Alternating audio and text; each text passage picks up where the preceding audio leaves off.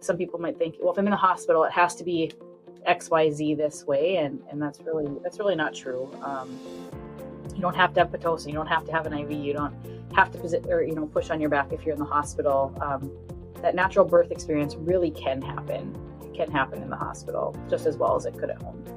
Hello and welcome to Her Kind of Healthy, a podcast series brought to you by Sanford Health. I'm your host, Courtney Collin with Sanford Health News. These are new conversations about age-old topics from pregnancy to postpartum, managing stress, healthy living, and more.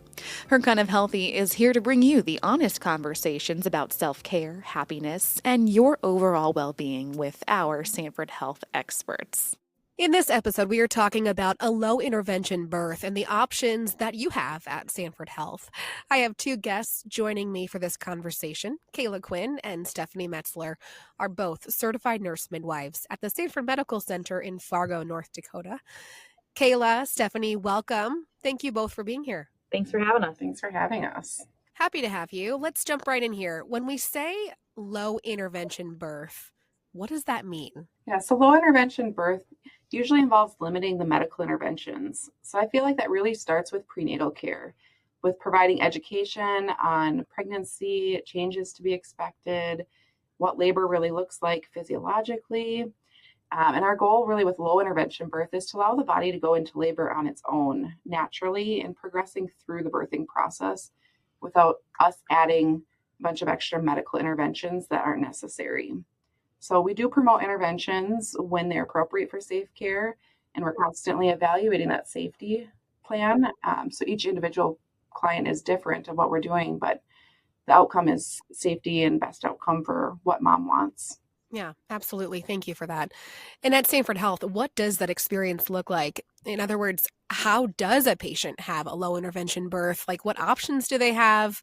And how soon would they need to know that that's what they want? I think that it's important to start thinking about those things early on in your pregnancy for a couple reasons. You know, at Sanford, we have a lot of options for providers you can see throughout your pregnancy. You have the options of OBGYNs, obstetricians who are medical doctors, or you have the choice of certified nurse midwives.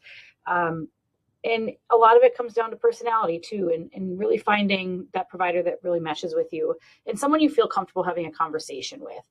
Low interventional birth really comes down to planning and open communication more than anything. And so having the discussion in advance before you get to the labor part of, okay, what do you want that? What does that mean to you? What does low intervention mean to you? Does that mean not breaking your water? Does that mean not having an induction? Does that mean no medication? Does that mean maybe just IV medication versus an epidural? It's really kind of, what does that mean for you? And we do have all of those options at Sanford. You can do low interventional with medication. You can have no medication and have interventions. And so, there really is a lot of options, but really having the conversation in advance is really important. Kind of what that might look like, though, would be if, maybe I don't use the word avoiding, but kind of avoiding an elective induction or,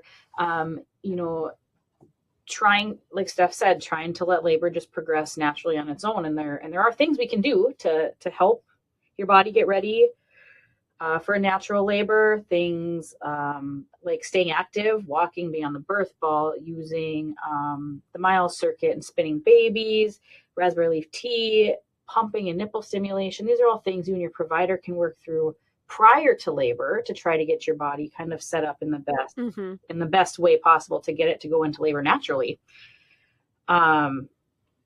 There's things during labor, if you want low intervention, being up and moving, staying out of that bed is going to be really helpful. Being up and moving on the birth ball, walking, using the jacuzzi tubs, and really just, staying active up to that whole point and kind of being prepared before you come in is going to be the big thing. Yeah. Thanks, Kayla. Why would a woman opt for this type of birthing experience? And are you seeing an uptick in women wanting an unmedicated birth? Yeah, I feel like we are seeing more women that are seeking out this more natural, unmedicated birth option.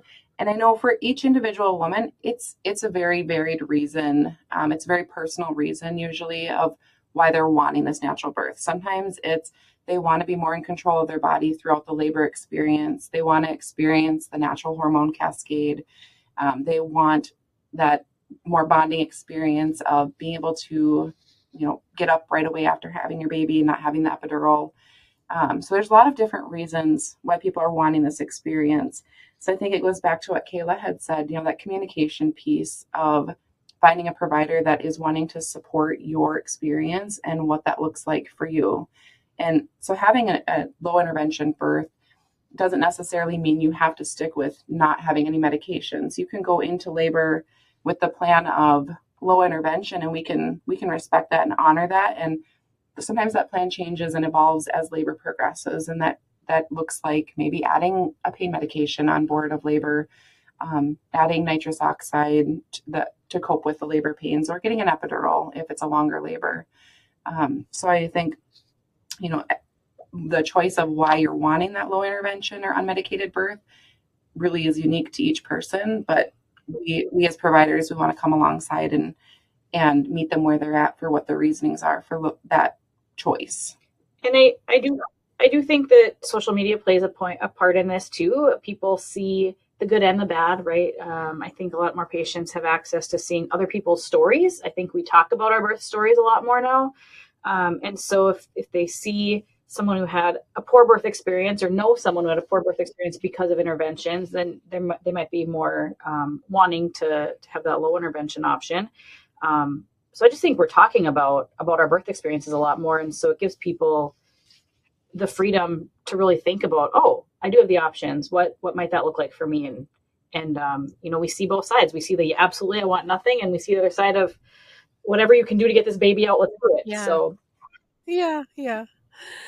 Well, thank you for the insight there. And I would imagine social media and people sharing their stories does, increases the conversation.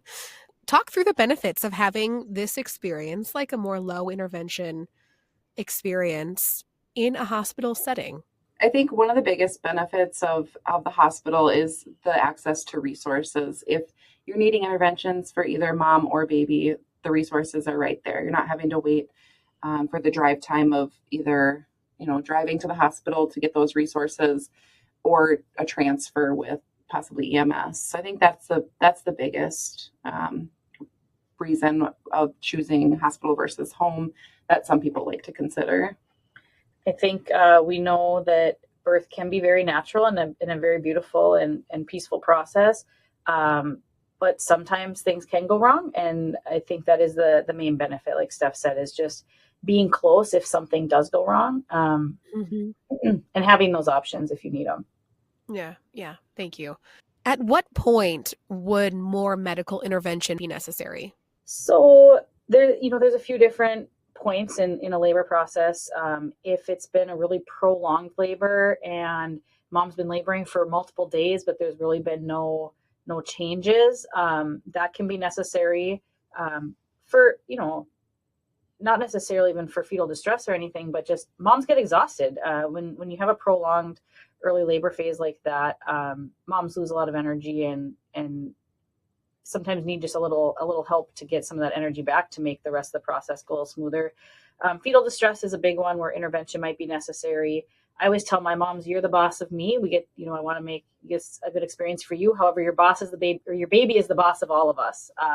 If baby's in distress, then that's going to change how we react to things, because our goal is just to have a healthy baby and healthy mom at the end of this. So, or infection is another one. If baby or mom develops an infection throughout the process, that's another big reason why we might discuss interventions. Yeah. And I think, each situation, we're constantly evaluating the safety of the labor, the safety of the birthing experience. So we're listening to both mom and baby of what that looks like. So each labor is different, and what we're needing for interventions possibly could be different. So really just, validating that everybody has a unique experience. And if we see concerns, we're talking about it. We're constantly evaluating what plan of action is appropriate for this labor. Thank you. What questions do you hear most often from patients during their prenatal care journey about this topic as they look ahead to plan their own labor and delivery experience? Yeah, I think the biggest one that I hear from patients is, do I need a high pain tolerance to be able to handle labor unmedicated? And the answer is no. I feel like somebody that can self-report saying that they have a very low pain tolerance, they can manage those contractions. The biggest thing that comes back to that is prepping yourself for labor, doing that mental work ahead of time, knowing what it's going to kind of take to have a vaginal birth and have a natural labor, low interventions. So I think that's the biggest question is like, do I need to have a high pain tolerance? And how can I prepare myself for this natural birth?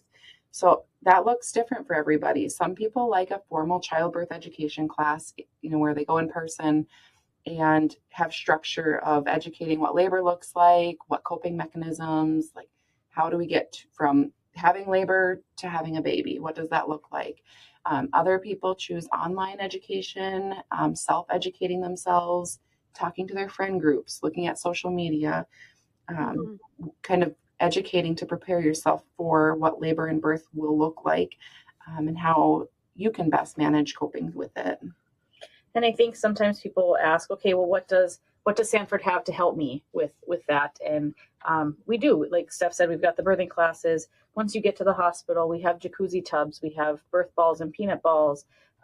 We have combs that people can use to squeeze in their hands to help with counteracting the pain.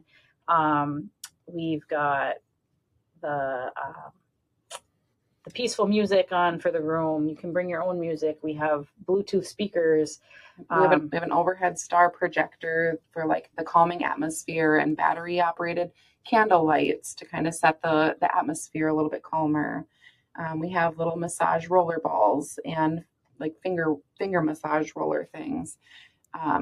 Coloring is an option. Like we do have interventions and tools with how to cope through those early labor, active labor pains.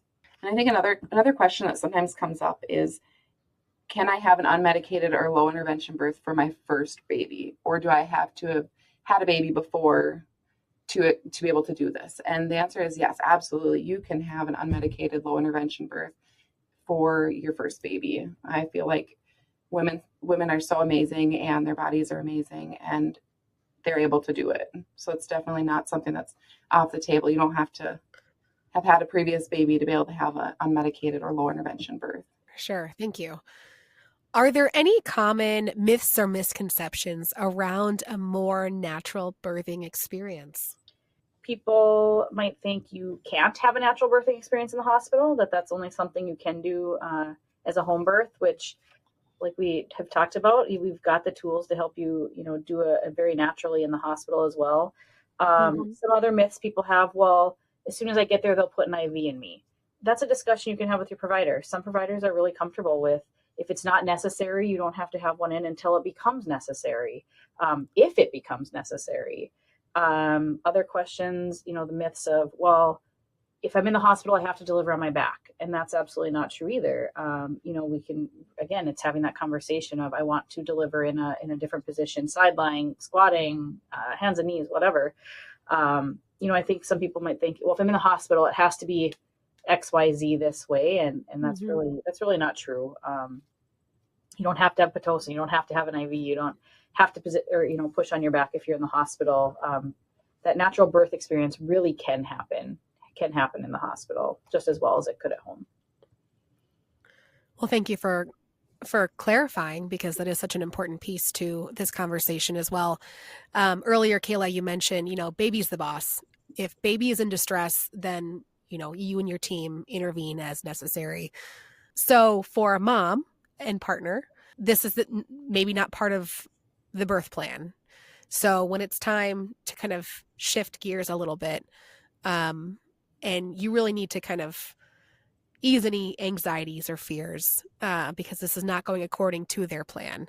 What do partners need to hear in those moments? And what do you tell them to ease their anxieties, to calm their fears, to keep them going?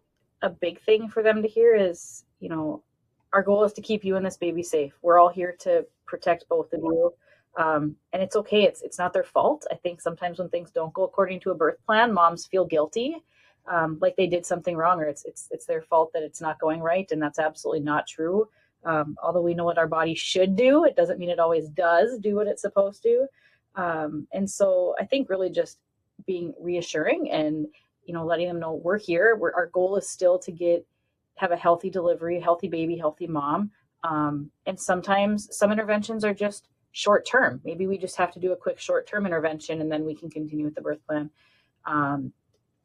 Really just being there, and then also giving, when we can, giving them the time and space to come to terms with the fact that things have changed.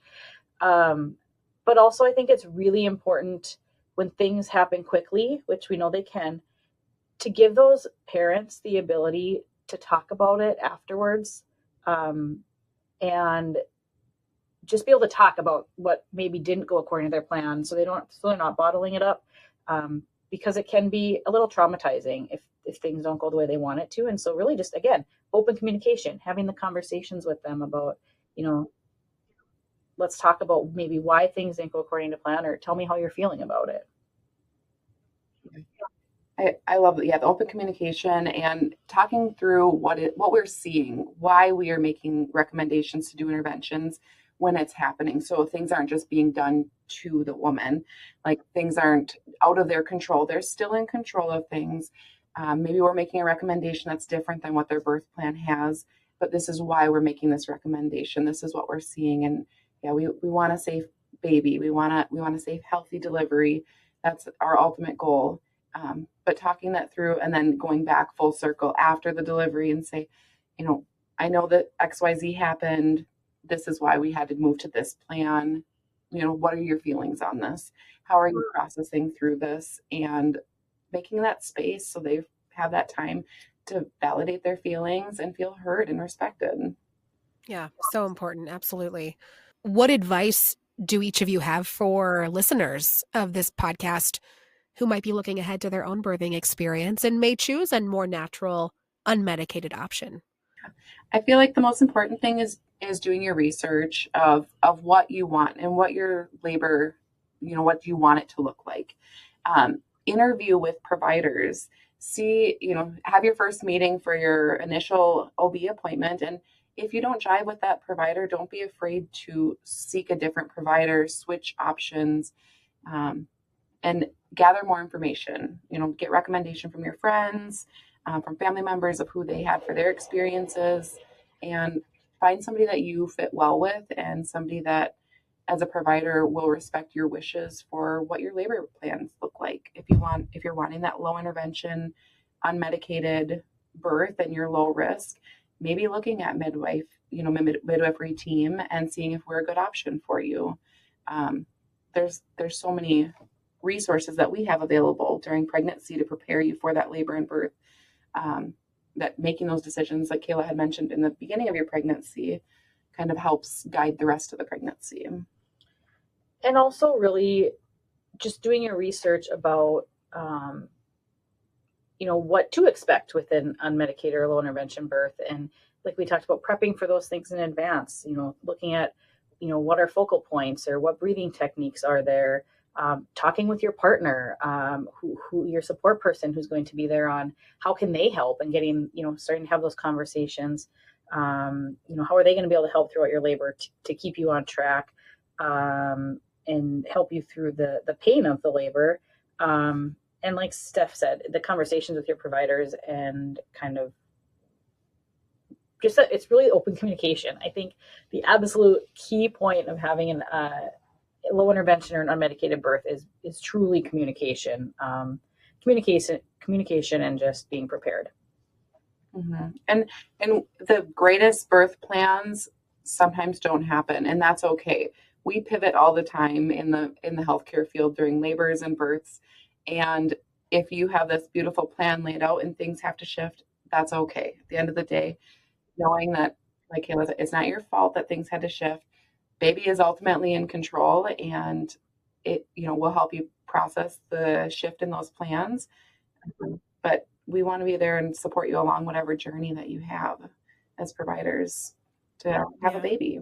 That's the beauty of the journey. Every pregnancy prenatal journey looks different. Every labor and delivery experience looks different. And I'm sure the two of you have seen it all. Yeah. Anything else that I didn't ask you, Stephanie, Kayla, that you'd like to share on this topic?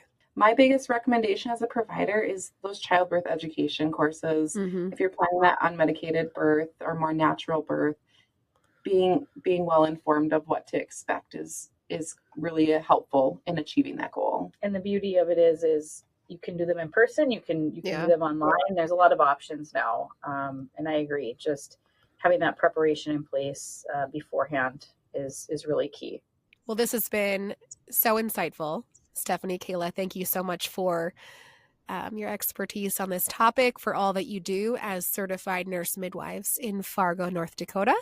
We appreciate you and appreciate your time today. Thank you so much for having us. Thanks. This episode was part of the Her Kind of Healthy podcast series by Sanford Health. For more by Sanford Health, visit Apple, Spotify, and news.sanfordhealth.org.